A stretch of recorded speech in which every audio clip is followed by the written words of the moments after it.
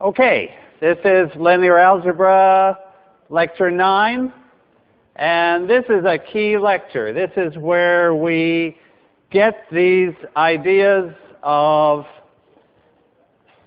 linear independence when a bunch of vectors are independent or dependent, that's the opposite. The space they span, a basis for a subspace, or a basis for a vector space, that's a central idea, and then the dimension of that subspace.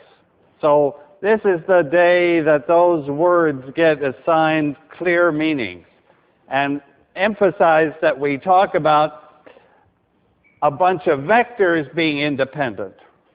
Wouldn't talk about a matrix being independent, a bunch of vectors being independent, a bunch of vectors spanning a space, a bunch of vectors being a basis.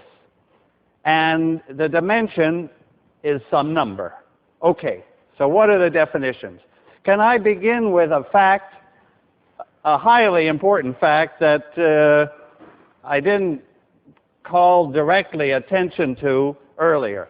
Suppose I have a matrix and I look at AX equals 0.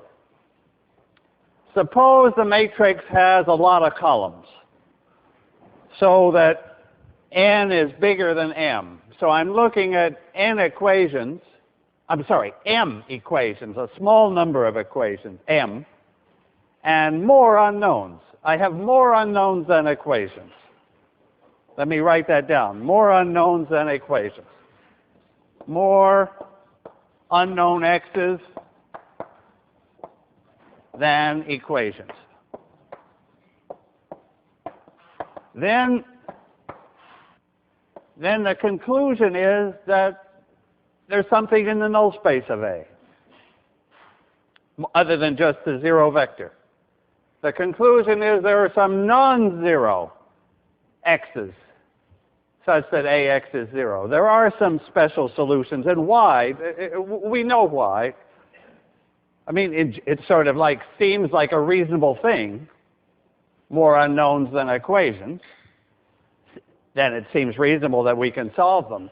But we have a clear algorithm which starts with a system and does elimination, gets the thing into an echelon form with some pivots and pivot columns, and possibly some free columns that don't have pivots. And the point is here there will be some free columns. The reason is there will be free variables, at least one. That's the reason that we now have this a complete algorithm, a complete systematic way to say, okay, we take the system AX equals 0, we row reduce, we identify the free variables, and since there are n variables, and at most m pivots, there will be some free variables, at least one, at least n minus m, in fact, left over.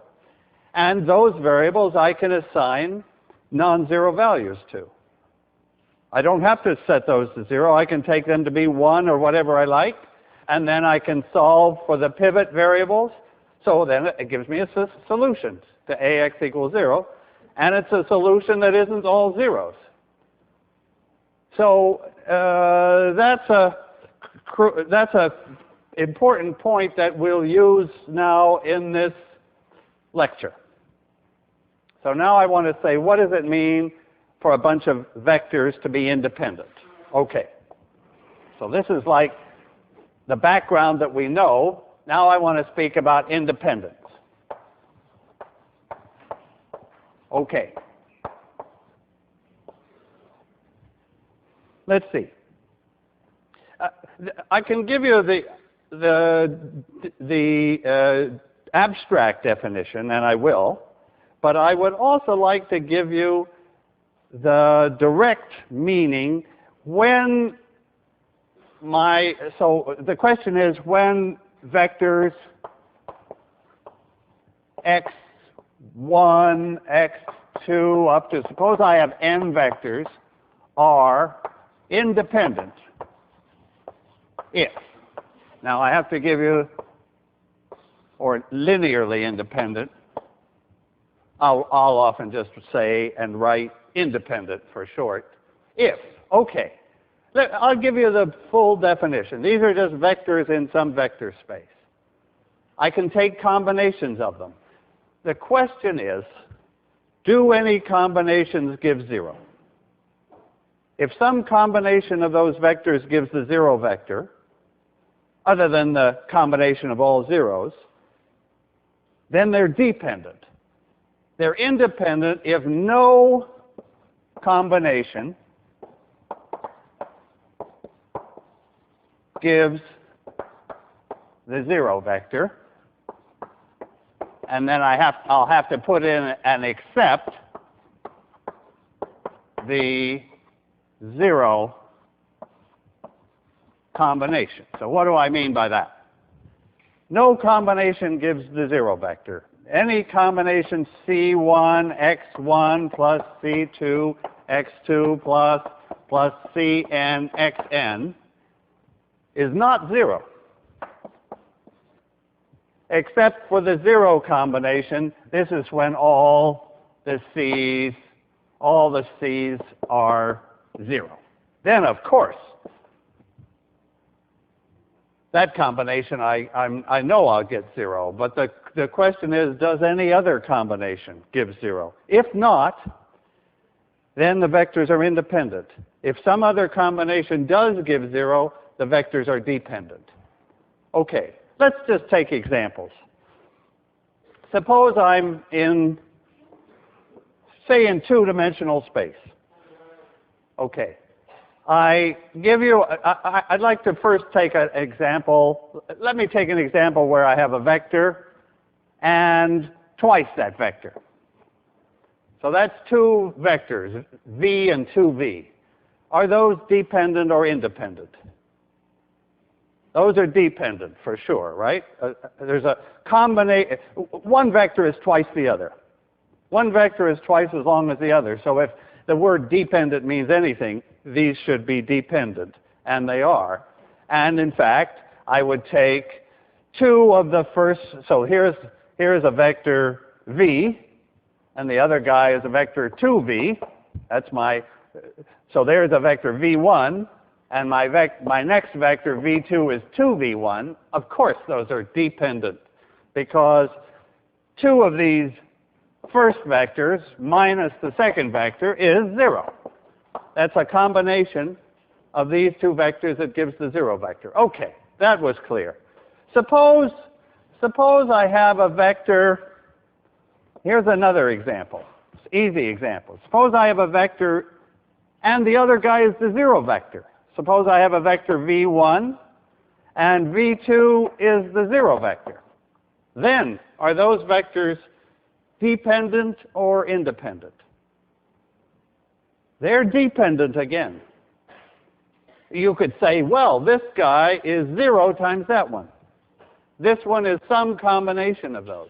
But let me write it the other way. Let me say, what combination? How many v1s and how many v2s shall I take to get the 0 vector? If v1 is like the vector 2, 1, and v2 is the 0 vector 0, 0, then I would like to show that some combination of those gives the 0 vector. What shall I take? How many v1s shall I take? 0 of them. Yeah, take no v1s, but how many v2s? So 6. Okay. Or 5. And in other words, the point is, if the 0 vector's in there, if one of these vectors is the 0 vector, independence is dead, right? If one of those vectors is the 0 vector, then I could always include that one and none of the others, and I would get the 0 answer, and I would show dependence. Okay. Now, let me finally draw an example where they will be independent. suppose that's V1 and that's V2. Those are surely independent, right? Any combination of V1 and V2 will not be 0 except the 0 combination. So those would be independent. But now let me stick in a third vector, V3. Independent or dependent now, those three vectors. So now n is 3 here. I'm in two-dimensional space, whatever, I'm in the plane.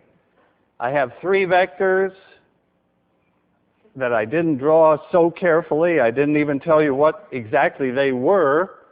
But what's the answer on dependent or independent? Dependent. Why? How do I know those are dependent? How do I know that some combination of V1, V2, and V3 gives me the 0 vector? I know because of that. That's the key fact that tells me that three vectors in the plane have to be dependent. Why is that? What's the connection between the dependence of these three vectors and that fact? Okay, so here's the connection. I take the matrix A that has V1 in its first column, V2 in its second column, V3 in its third column. So it's got three columns, and V1, I don't know, that looks like about 2, 1 to me. V2 looks like it might be 1, 2. V3 looks like it might be maybe 2, maybe 2.5, minus 1. Okay, those are my three vectors, and I put them in the columns of A. Now, that matrix A is 2 by 3. It fits this pattern that where we know we've got extra variables, we know we have some free variables, we know that there's some combination, and let me, instead of x's, let me call them C1, C2, and C3, that gives the 0 vector. Sorry that my little bit of art got in the way. Do you see the point? When I have a matrix, I'm interested in whether its columns are dependent or independent. The columns are dependent if there is something in the null space. The columns are dependent because this thing in the null space says that C1 of that plus C2 of that plus C3 of this is 0. So in other words, I can go out some V1, out some more V2, back on V3, and end up 0.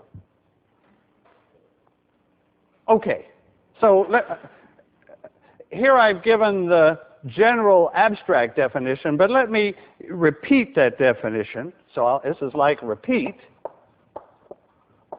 when V1, let me call them V's now. V1 up to Vn are the columns of a matrix A. In other words, this is telling me that if I'm in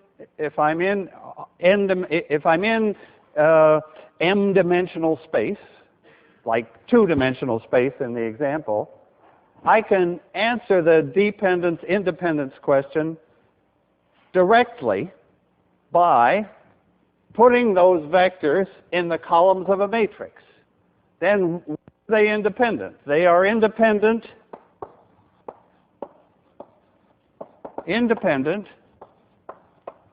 if the null space of A is what? If I have a bunch of columns in a matrix, I'm looking at their combinations, but that's just A times the vector of C's. And these columns will be independent if the null space of A is only the 0 vector, is the 0 vector. They are dependent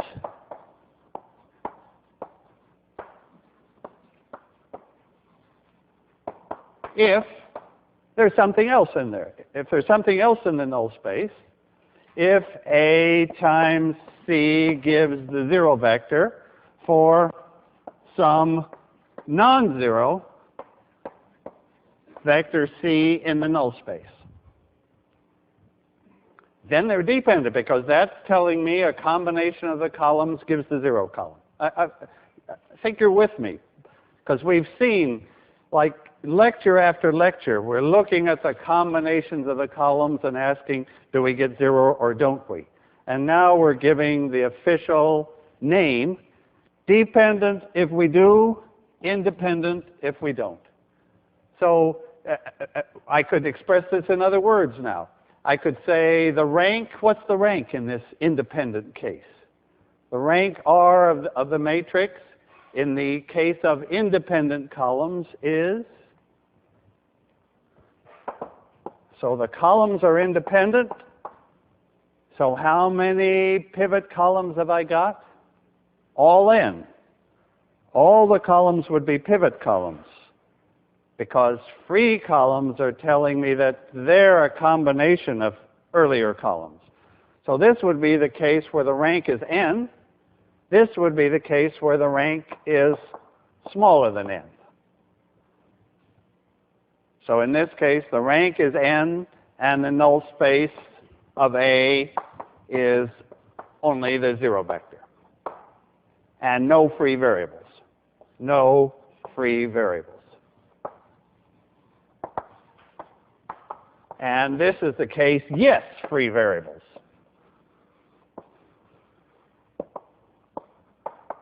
If you'll allow me to stretch the English language that far. That's the case where we have a combination that gives the 0 column. So I'm often interested in the case when my vectors are popped into a matrix.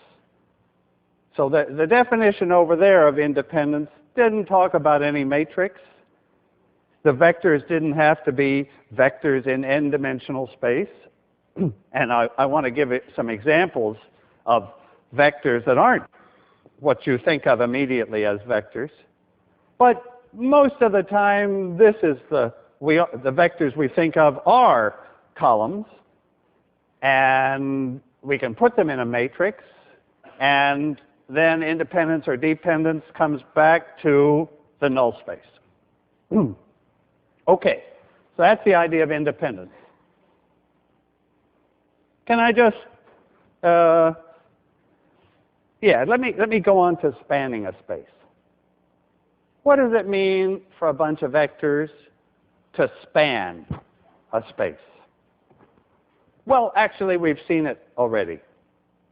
You remember if we had columns in a matrix, we took all their combinations, and that gave us the column space.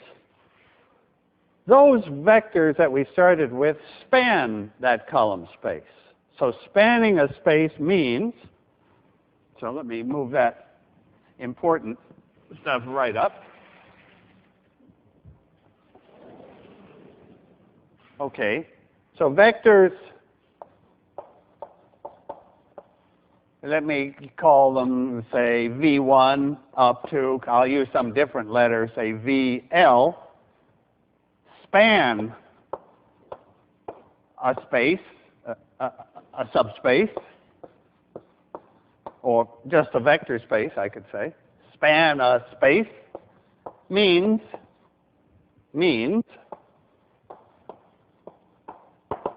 the space consists of all combinations of those vectors.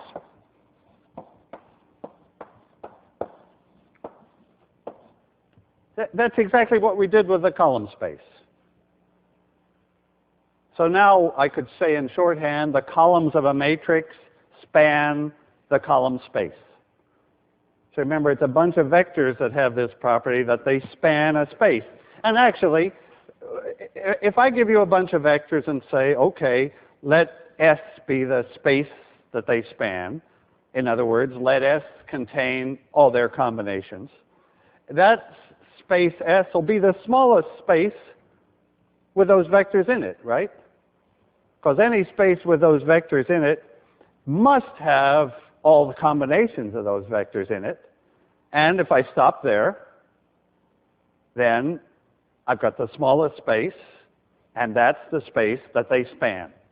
Okay, so I'm just, rather than needing to say, take all linear combinations and put them in a space, I'm compressing that into the word span. Straightforward. Okay. So if I think of the column space of a matrix, so I start with the columns. I take all their combinations. That gives me the column space. They span the column space. Now, are they independent? Maybe yes, maybe no. It depends on the particular columns that went into that matrix.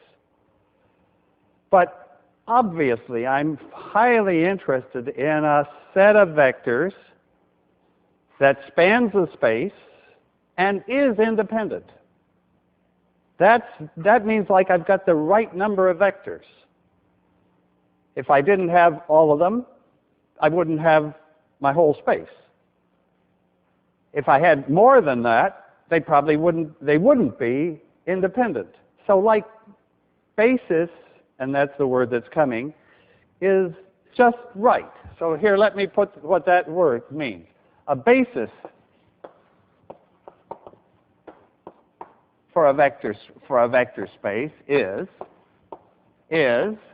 a sequence of vectors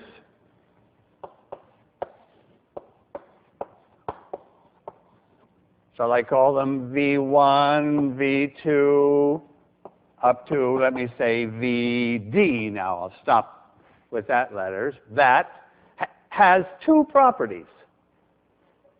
I've got enough vectors and not too many. It's a natural idea of a basis. So a basis is a bunch of vectors in the space, and it's a sequence of vectors with two properties,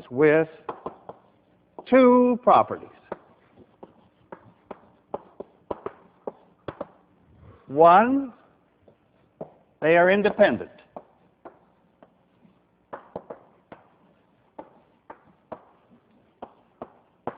And two, you know what's coming? They span the space.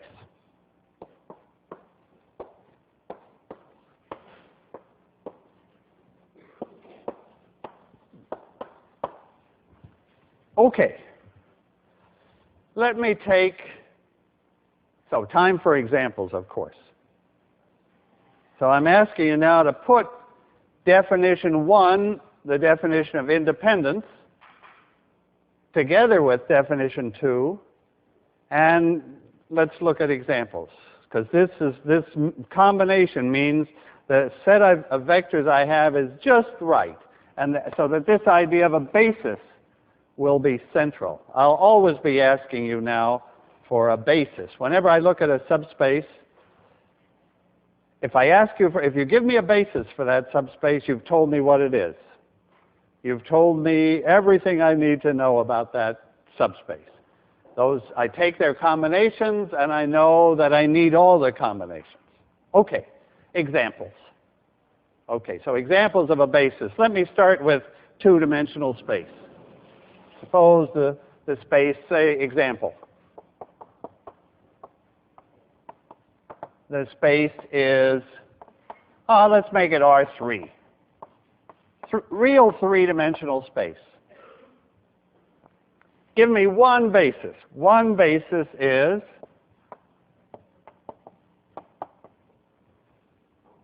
so I want some vectors. Because if I ask you for a basis, I'm asking you for vectors, a little list of vectors. And it should be just right. So what would be a basis for three-dimensional space? Well, the first basis that comes to mind, why don't we write that down? The first basis that comes to mind is this vector,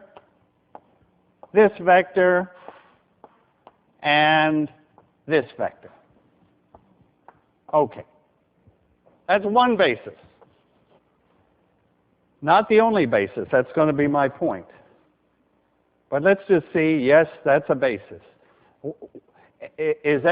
Are those vectors independent? So that's like the x, y, and z axes. So if those are not independent, we're in trouble. Certainly, they are. Take a combination, C1 of this vector plus C2 of this vector plus C3 of that vector, and try to make it give the 0 vector. What are the C's? If C1 of that plus C2 of that plus C3 of that gives me 0, 0, 0, then the C's are all 0. Right. So that's the test for independence. In the language of matrices, which was under that board, I could make those the columns of a matrix. Well, it would be the identity matrix. Then I would ask, what's the null space of the identity matrix? And you would say, it's only the 0 vector. And I would say, fine, then the columns are independent. The only thing, the identity times a vector giving 0, the only vector that does that is 0. Okay. Now, that's not the only basis, far from it. Tell me another basis, a second basis, another basis.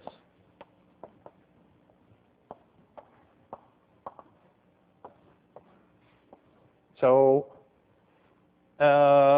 give me, well, I'll just start it out. 1, 1, 2. 2, 2, 5. Suppose I stop there. Has that little bunch of vectors got the properties that I'm asking for in a basis for R3?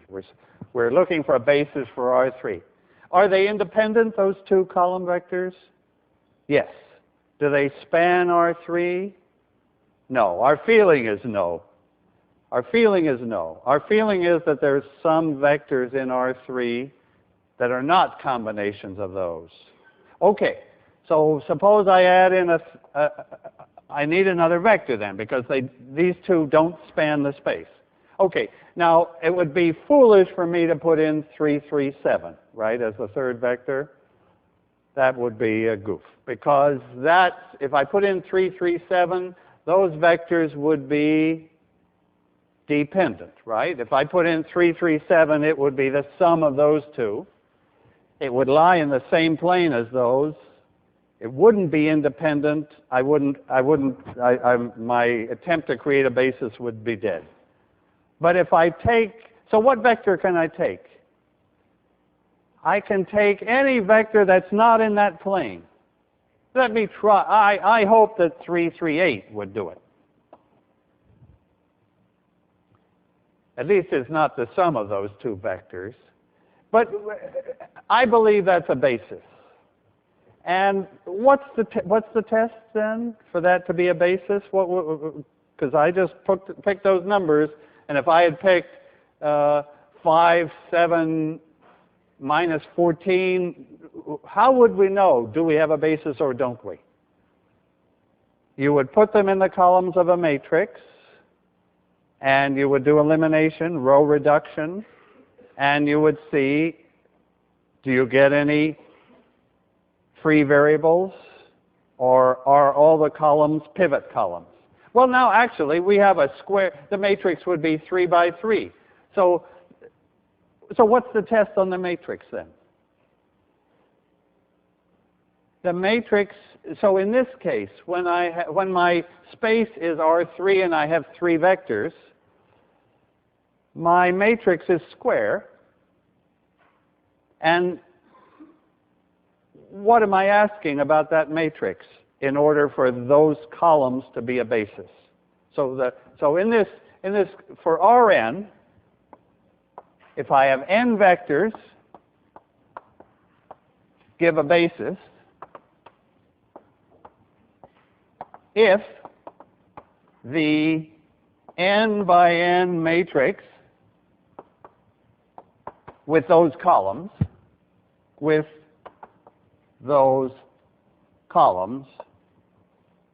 is what? What's the requirement on that matrix?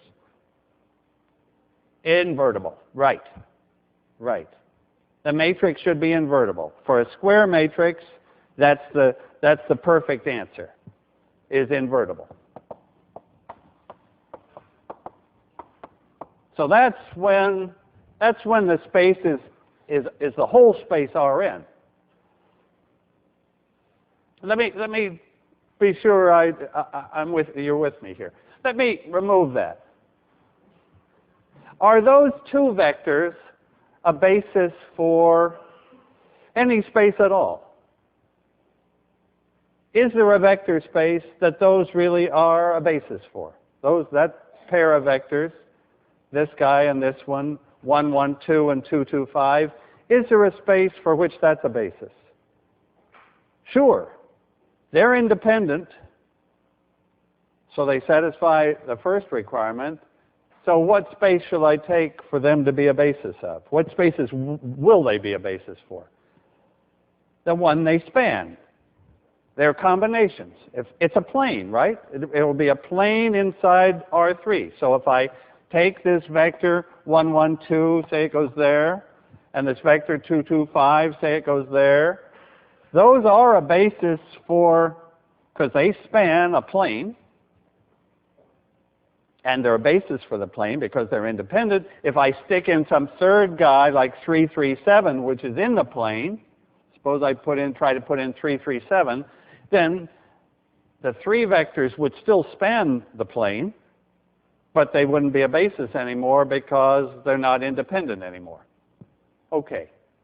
So we're looking at the question of, so again, the case with independent columns is the case where the column vectors span the column space. They're independent, so they're a basis for the column space. Okay, so now there's one bit of intuition. Let me go back to all of Rn.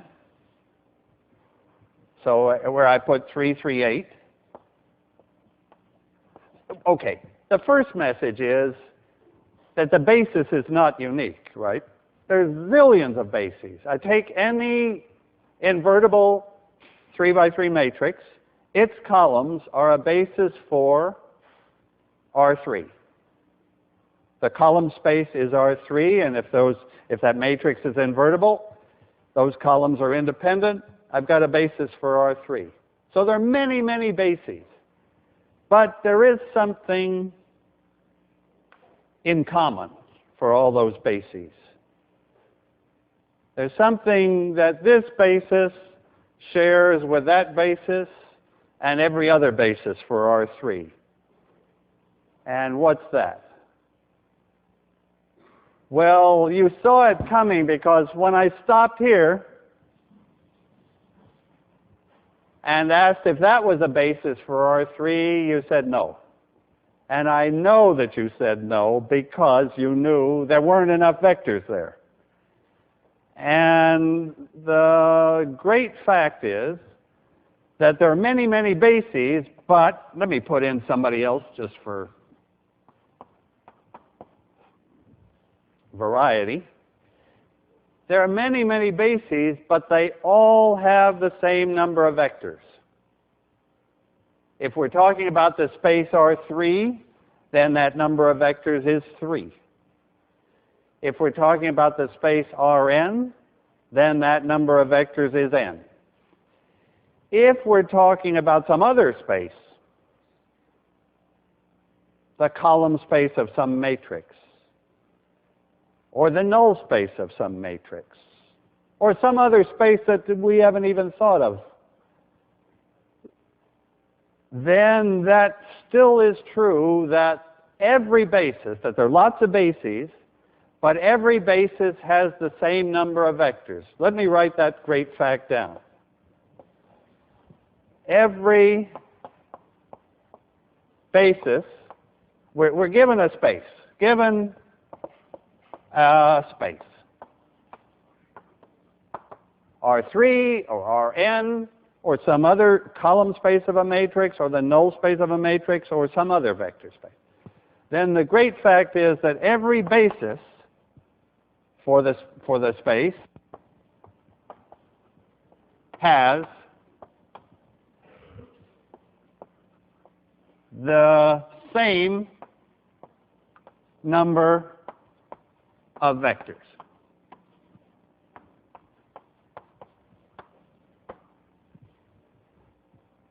If one basis has 6 vectors, then every other basis has 6 vectors.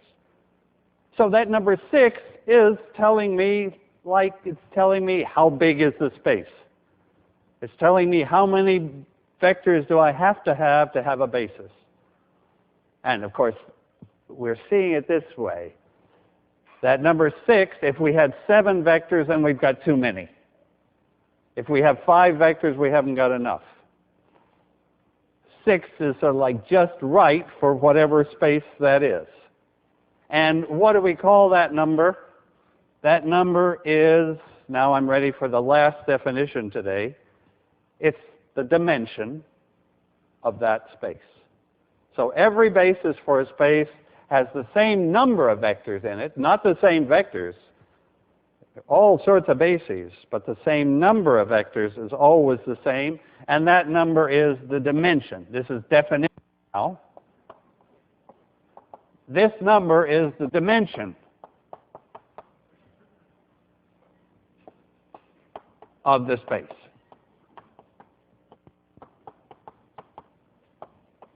Okay. Okay. Let's do some examples. But now we've got definitions. Let me repeat the 4 things, the 4 words that have now got defined.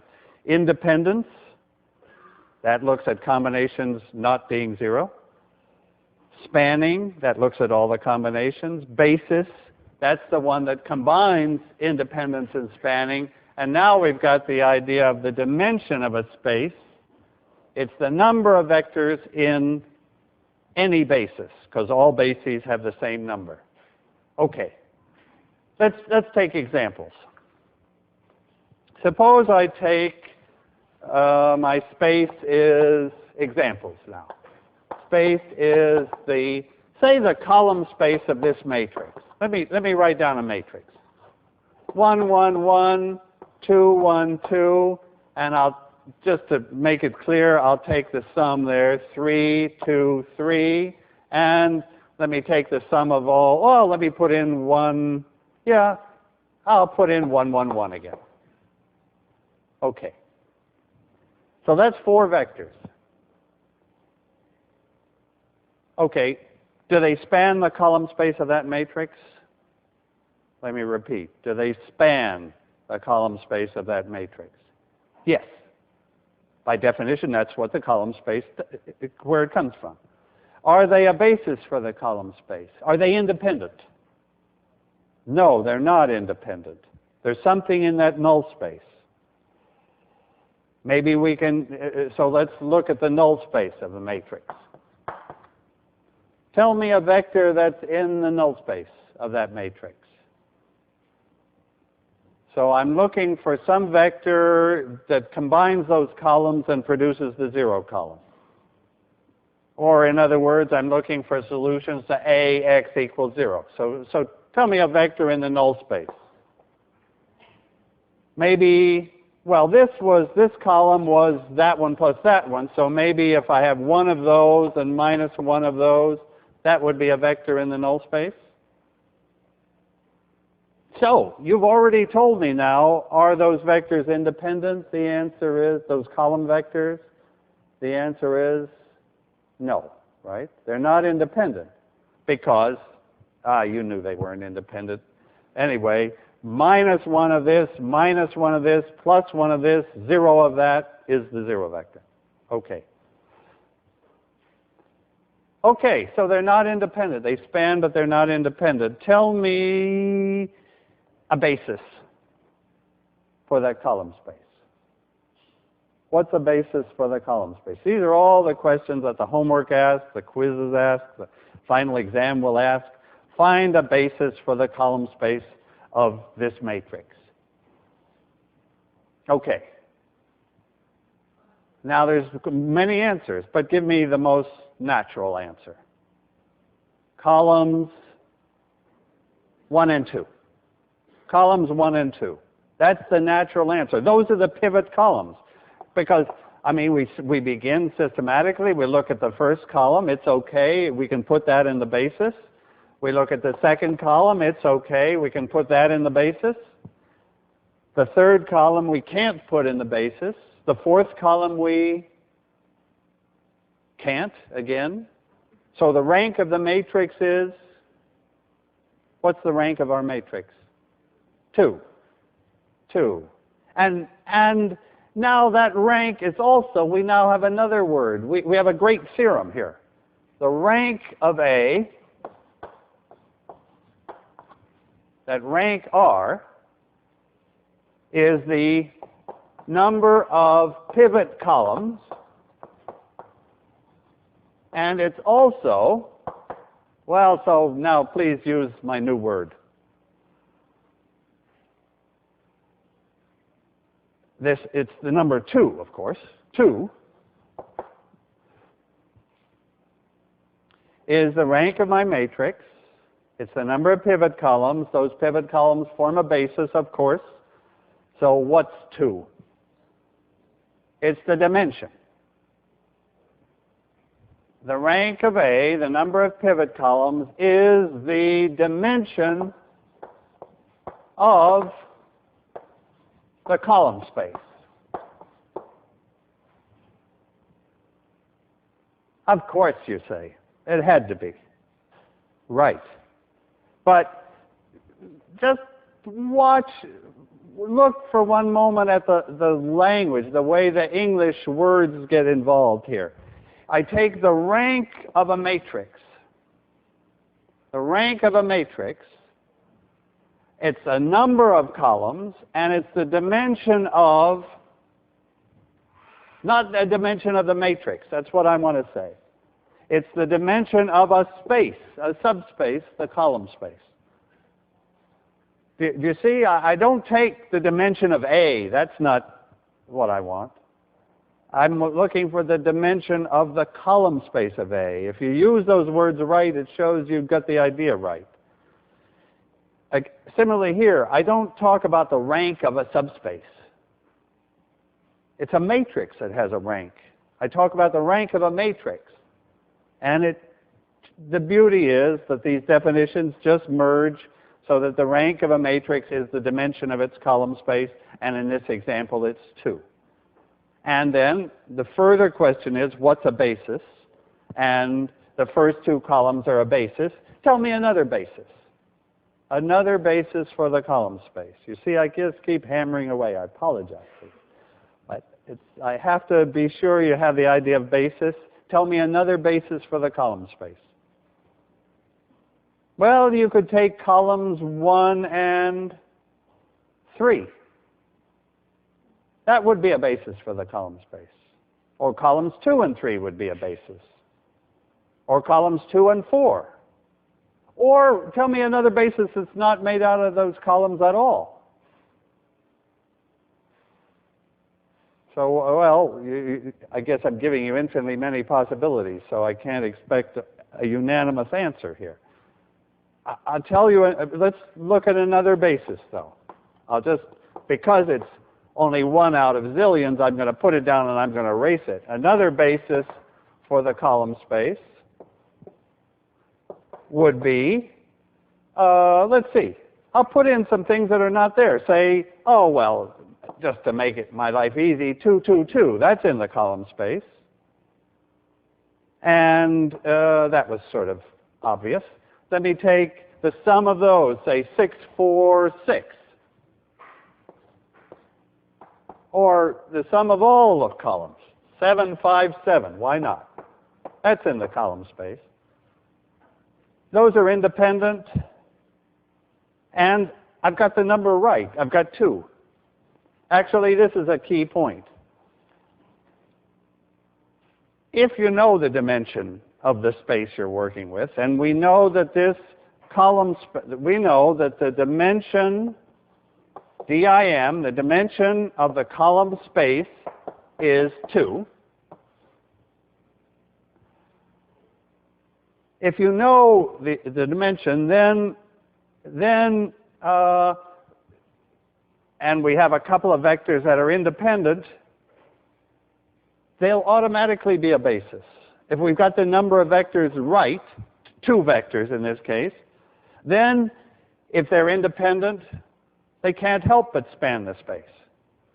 Because if they didn't span the space, there'd be a third guy to help span the space, but it couldn't be independent. So it just has to be independent if we've got the numbers right. And they span. Okay, very good. So you got the dimension of a space. So this was another basis that I just invented.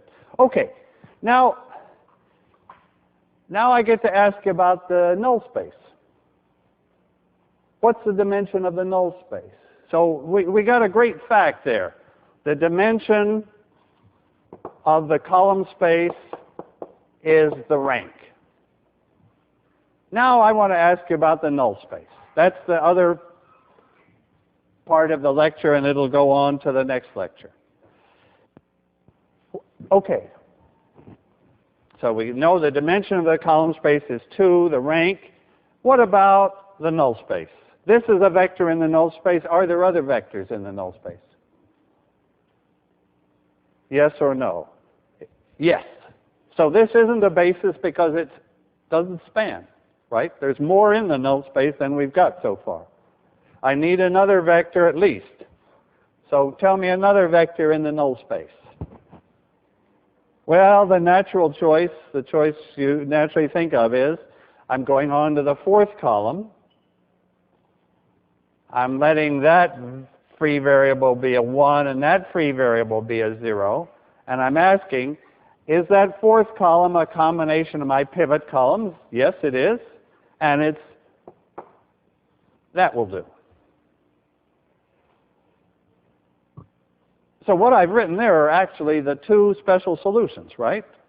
I took the 2 free variables, free and free.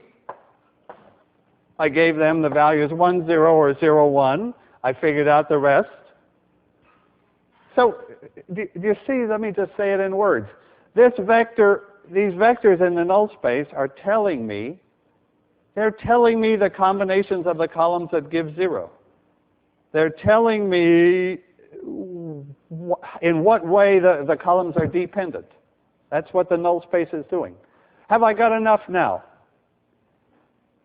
And what's the null space now? We have to think about the null space.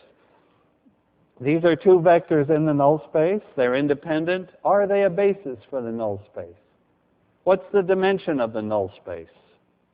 You see, those questions just keep coming up all the time. Are they a basis for the null space? You can tell me the answer even though we haven't written out a proof of that. Can you? Yes or no? Do these 2 special solutions form a basis for the null space? In other words, does the null space consist of all combinations of those 2 guys? Yes or no? Yes. Yes. The null space is 2-dimensional. The null space, the dimension of the null space is the number of free variables. So the dimension of the null space is the number of free variables and at the last second, give me the formula. This is then the key formula that we know. How many free variables are there in terms of R, the rank, M, the number of rows, N, the number of columns? What do we get? We have N columns. R of them are pivot columns. So N minus R is the number of free columns, free variables, and now it's the dimension of the null space. Okay, that's great. That's the key spaces, their bases, and their dimensions. Thanks.